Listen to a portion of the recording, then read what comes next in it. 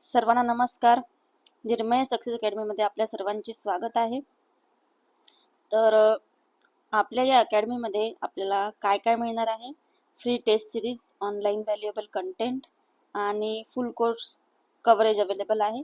त्यानंतर आपला यूट्यूबवरती पण चॅनल आहे अवेलेबल. त्याला तुम्ही लाईक करा, कमेंट करा आणि शेअर करा. आपला ॲप अवेलेबल आहे प्ले स्टोअरवरती. तर आज आपण काय बघणार आहोत? आज आपण मानसशास्त्राचा विकास व शास्त्रज्ञाचे योगदान हे आपण बघणार आहोत. हा एक अत्यंत महत्त्वाचा टॉपिक आहे. आपण याबद्दल सर्व माहिती बघणार आहोत. तर चला बघूया आपण.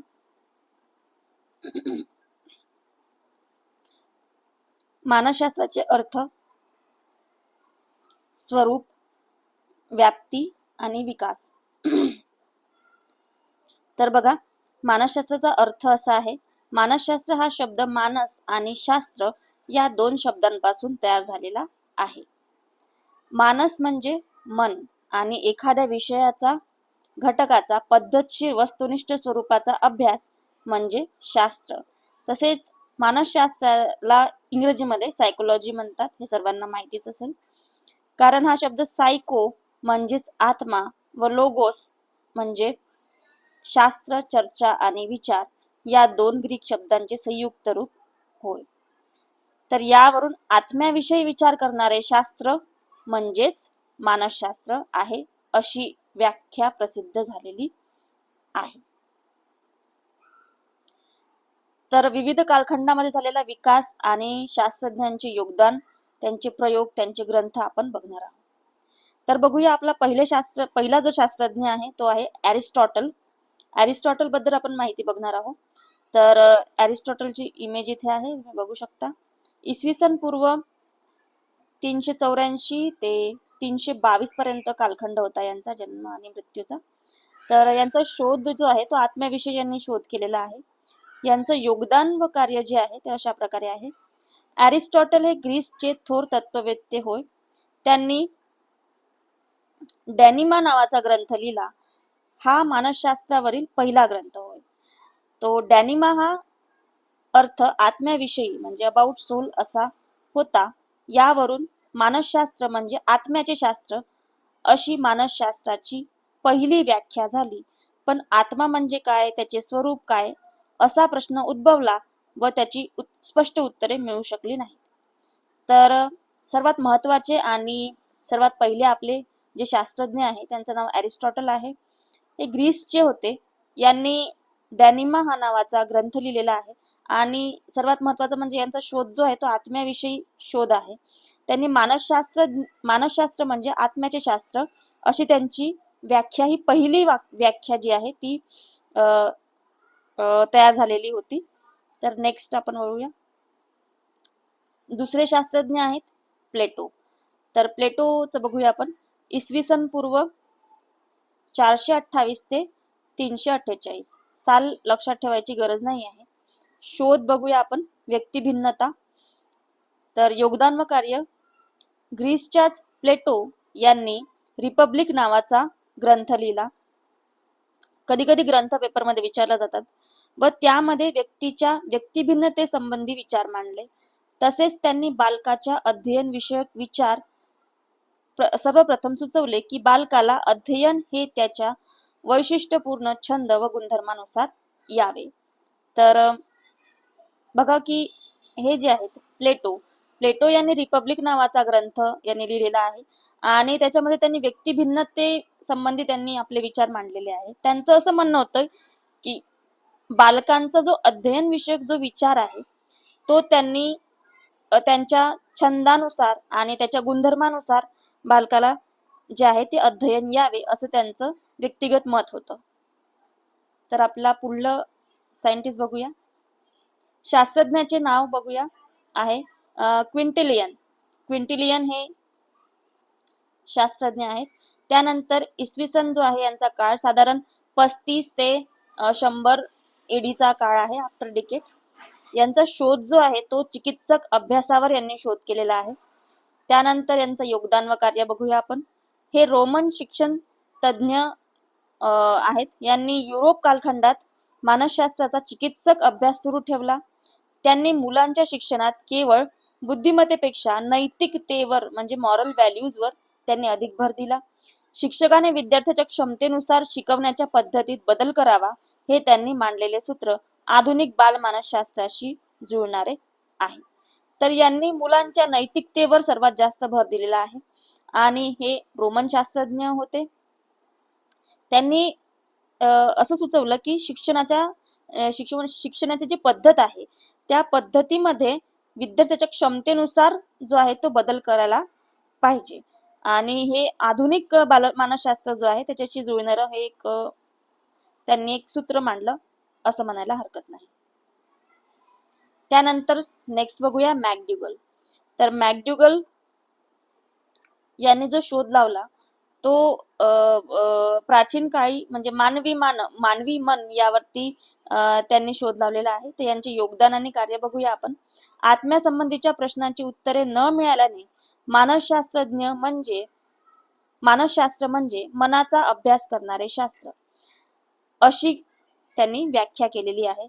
पण पुन्हा आत्म्याप्रमाणे अनेक प्रश्न समोर आले की मन म्हणजे काय, ते कोठे असते, मन महत्वाची बुद्धी. म्हणून मॅकडुगलने मानसशास्त्र हे मानवी मनाचे अनुभवाश्रित व वर्णनात्मक शास्त्र आहे अशी त्यांनी व्याख्या केली. तर बघा की जे आत्म्यासंबंधी जो विचार मांडला पण अरिस्टॉटल यांनी मांडला, पण त्यांची जी उत्तरं त्यांचे जे प्रश्न होते ते त्या प्रश्नांची उत्तरं मिळाली नाही. तर त्यानंतर मानसशास्त्र म्हणजे मनाचा अभ्यास करणारे शास्त्र हा एक विचार यांनी मांडला आणि तर मग नंतर त्यांच्यासमोर पुन्हा प्रश्न निर्माण झाले की मन म्हणजे नेमकं काय, मग ते मन कुठे असते आणि मन महत्वाचे आहे की बुद्धी महत्वाची आहे. तर या सगळ्या प्रश्नांचं उत्तर म्हणजे एक सार म्हणून त्यांनी एक व्याख्या मांडली की मानसशास्त्र हे मानवी मनाचे अनुभवाश्रित व वर्णनात्मक शास्त्र आहे. पुढलं बघूया. पुढल्या शास्त्रज्ञाचं नाव आहे विल्यम वुंड. तर विल्यम वुंडचा जो काळ आहे तो 1832 ते 1920 पर्यंतचा काळ आहे. त्यानंतर यांनी शोध काय लावला, तर यांनी बोधावस्था विषयी यांनी शोध लावलेला आहे. यांचं योगदान व कार्य बघूया. इसवी सन 1879 मध्ये विल्यम वुंड यांनी जर्मनीतील मानसशास्त्राची पहिली प्रयोगशाळा स्थापन करून अनेक प्रयोग केले. तर बघा की जर्मनीमध्ये यांनी मानसशास्त्राची पहिली प्रयोगशाळा यांनी स्थापन केली आणि म्हणून त्यांना प्रायोगिक मानसशास्त्रीय जनक असे म्हणतात. तर त्यांनी व्याख्या कोणती केलेली आहे, मानसशास्त्र म्हणजे बोधावस्थेचे शास्त्र होय अशी यांनी व्याख्या केली आहे. आपल्याला शोधानुसार आपण व्याख्या जी आहे ती आपण लक्षात ठेवू शकतो आणि त्या सायंटिस्टचं नाव पण आपण लक्षात ठेवू शकतो. जसं विल्यम वुंड आहे त्यांचा शोध बोधावस्था आणि बोधावस्थेबद्दलच त्यांनी एक व्याख्या केली आहे जी म्हणजे मानसशास्त्र म्हणजे बोधावस्थेचे शास्त्र होय. नंतर बघूया शास्त्रज्ञाचे नाव आहे डॉक्टर सिगमंड फ्रॉइड.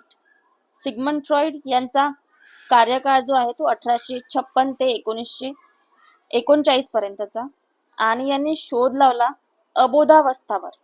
तर यांचे योगदान बघूया. प्रसिद्ध मानसशास्त्र फ्रॉइड यांनी मनाचे बोध व अबोध असे दोन भाग पाडले व बोधावस्थेपेक्षा अबोध मनातील भावना, विचार व कल्पनांचा प्रभाव पडत असतो म्हणून मानसशास्त्र हे अबोधावस्थातील अनुभवांचेही शास्त्र बनले.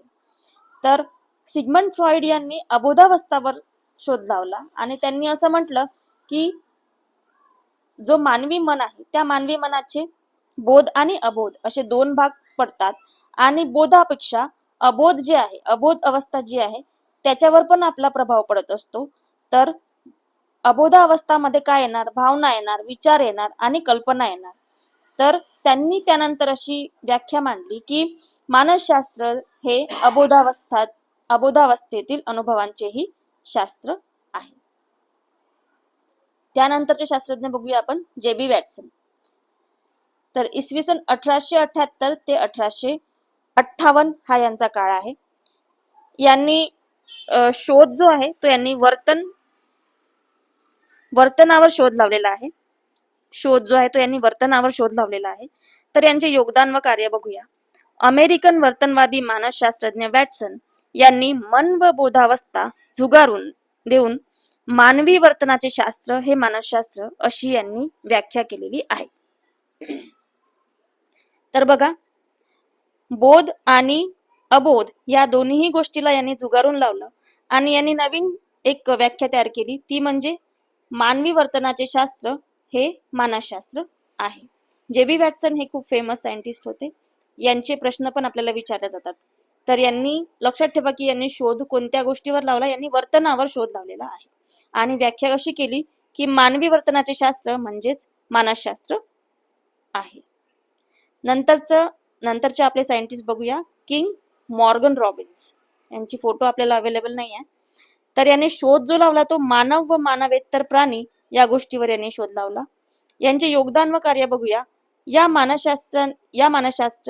मानसशास्त्रांनी वॅटसन यांच्या व्याख्येत व्यापकता आणून मानव आणि मानवेतर प्राण्याच्या वर्तनाचे शास्त्र म्हणजे मानसशास्त्र अशी व्याख्या यांनी केली आणि ती पुढे रूढही राहिली. तर वॅटसन यांनी सांगितलं होतं की मानवी वर्तनाचे शास्त्र म्हणजेच मानसशास्त्र. यांनी थोडे पुढे जाऊन एक व्याख्या बनवली की मानव आणि मानवेतर प्राण्याच्या वर्तनाचे शास्त्र म्हणजेच मानसशास्त्र. म्हणजे त्याच्यामध्ये मानव पण येणार आणि मानवेतर प्राणी पण याच्यामध्ये